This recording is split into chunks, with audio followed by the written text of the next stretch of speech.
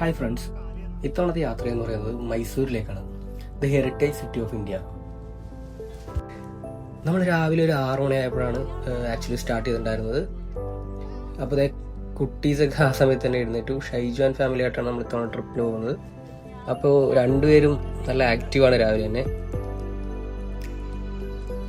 തൃശ്ശൂരൊക്കെ അങ്ങോട്ട് കഴിഞ്ഞപ്പോഴത്തേനും കുട്ടികളും ലേഡീസും ഉറക്കമായി. അപ്പോൾ ഷൈജു ആണ് ഇപ്പോൾ ഡ്രൈവ് ചെയ്യുന്നത്. അങ്ങനെ നമ്മളൊരു 7:30 ആയപ്പോഴത്തേനും കുതിരാനെത്തിയിട്ടുണ്ടായിരുന്നു. ഈ താജ്മഹലിൻ്റെ കാര്യം പറഞ്ഞ പോലെ തന്നെ ഈ കുതിരാനിൽ നിന്നും നമ്മൾ ഉള്ളിൽ നിന്നും പുറത്തേക്ക് ഇറങ്ങുന്ന ആ ഒരു വ്യൂ ഉണ്ടല്ലോ, നമ്മൾ വെളിച്ചത്തിലേക്ക് ഇറങ്ങുന്ന ആ ഒരു വ്യൂ, നല്ല അടിപൊളി വ്യൂ ആണത്. പിന്നെ സ്ഥിരം പാലക്കാടിൻ്റെ മനോഹരമായ കാഴ്ചകളും. അങ്ങനെ നമ്മൾ ഏകദേശം ഒരു 9 മണിയോടുകൂടി തമിഴ്നാട്ടിലേക്കൊക്കെ കിടന്നിട്ടുണ്ടായിരുന്നു. അപ്പോൾ ഇവിടെ ആ ഒരു ടൈം ആയതുകൊണ്ട് തന്നെ നല്ല റഷായിരുന്നു. നമ്മൾ പോകുന്നത് കോയമ്പത്തൂർ സത്യമംഗലം വഴിയാണ്.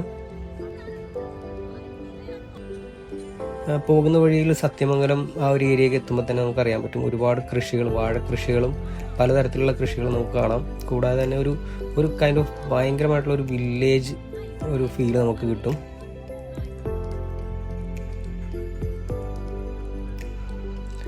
അപ്പോൾ ആ മൈസൂരിൽ നമുക്ക് 146 കിലോമീറ്റർ കാണിക്കുന്നുണ്ട്. പിന്നെ ആ വില്ലേജിൻ്റെ മനോഹാരിതയിലൂടെയുള്ള ആ ഡ്രൈവ് എന്ന് പറയുന്നത് അത് അടിപൊളി ഒരു സംഭവം തന്നെ കേട്ടോ. പിന്നെ പോകുന്ന വഴിക്ക് നമുക്ക് ഭവാനി സാഗർ ഡാം കാണാൻ സാധിക്കും. ഇപ്പോൾ ഇവിടെ കാണുന്ന പോലെ തന്നെ ഒരുപാട് അടുത്തടുത്ത്, അതായത് ചെറിയ ടൈപ്പ് ഓഫ് വീടുകൾ നിറഞ്ഞൊരു വില്ലേജാണിത്. അങ്ങനെ ഒരു 12 മണിയൊക്കെ ആയപ്പോഴത്തേനും നമ്മൾ സത്യമംഗലം ടൈഗർ റിസർവിലേക്ക് കടന്നിട്ടുണ്ടായിരുന്നു.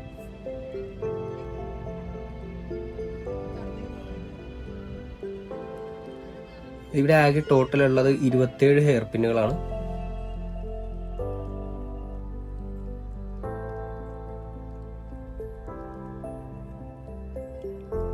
പോകുന്ന വഴിയെല്ലാം വളരെ മനോഹരമായ കുറെ കാഴ്ചകൾ നമുക്ക് കാണാൻ സാധിക്കും. പ്രകൃതി ഭംഗി ശരിക്കും ആസ്വദിക്കുന്നവർക്കൊക്കെ ഇത് വളരെ നല്ലൊരു ട്രിപ്പായിരിക്കും ആക്ച്വലി.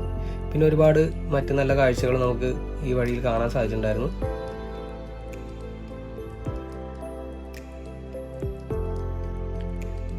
ഏതാണ്ട് ഉച്ച സമയം ആയതുകൊണ്ട് തന്നെ ആകാം നമ്മൾ ഒരുപാട് വന്യമൃഗങ്ങളെയൊന്നും കണ്ടില്ല. പിന്നെ ഈ റൂട്ടിലെ സ്ഥിരം കാഴ്ചയായ കുറച്ച് മാനുകളെ മാത്രം കാണാൻ സാധിച്ചു. അങ്ങനെ കുറച്ച് നേരത്തെ യാത്രയ്ക്ക് ശേഷം നമ്മൾ കർണാടക ബോർഡർ എത്തിയിരിക്കുകയാണ്. ഫോറസ്റ്റ് ഒക്കെ ആക്ച്വലി ഈ ഒരു സീസൺ ആയതുകൊണ്ട് തന്നെ ഭയങ്കര ഡ്രൈ ആയിരുന്നു. പിന്നെ നമ്മൾ ഫോറസ്റ്റിൻ്റെ എൻഡ് ആയപ്പോൾ കുറച്ച് വീടുകളും കാര്യങ്ങളും ഉള്ളിടത്ത് നിർത്തിയിട്ട് ഫുഡ് കഴിക്കുകയാണ് ചെയ്തത്. പിന്നെ പറയണ്ടല്ലോ, കുട്ടികളെ ഭക്ഷണം കഴിപ്പിക്കുക എന്ന് പറയുന്നത് അതൊരു വലിയൊരു ടാസ്ക് തന്നെയാണ് ആക്ച്വലി.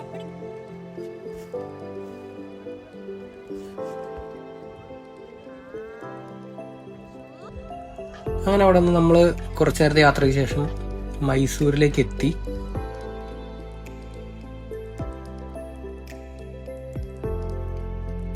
കർണാടകയുടെ KSRTC കാണാം.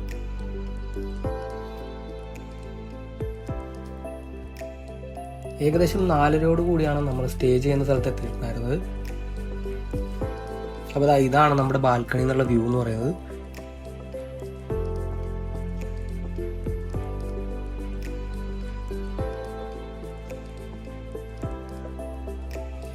നമ്മൾ NH-നോട് ചേർന്ന് തന്നെയുള്ളൊരു സ്റ്റേ ആണ് സെലക്ട് ചെയ്തിട്ടുണ്ടായിരുന്നത്.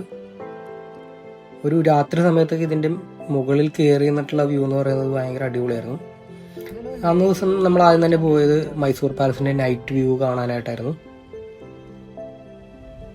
അങ്ങനെ പാലസിൻ്റെ ഒരുപാട് സൈഡിൽ നിന്നുള്ള വ്യൂവും ഫ്രണ്ടിലും ബാക്കിലും എന്നുള്ള വ്യൂ ഒക്കെ നമ്മൾ അന്ന് കണ്ടു.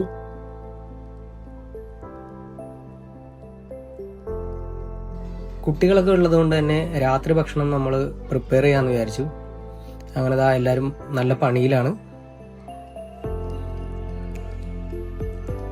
അപ്പോൾ ഇവിടെ നമ്മൾ കുറച്ച് പച്ചക്കറി സാധനങ്ങളൊക്കെ മേടിച്ച് കൊണ്ടുപോയിരുന്നു. അപ്പോൾ നേരെ ഭക്ഷണം കഴിഞ്ഞ് കുട്ടികളുടെ കുറച്ച് പരിപാടികളും കാര്യങ്ങളൊക്കെ കഴിഞ്ഞ് അന്നത്തെ ദിവസം അങ്ങനെ നമ്മൾ വൈൻഡപ്പ് ചെയ്യുകയാണ്.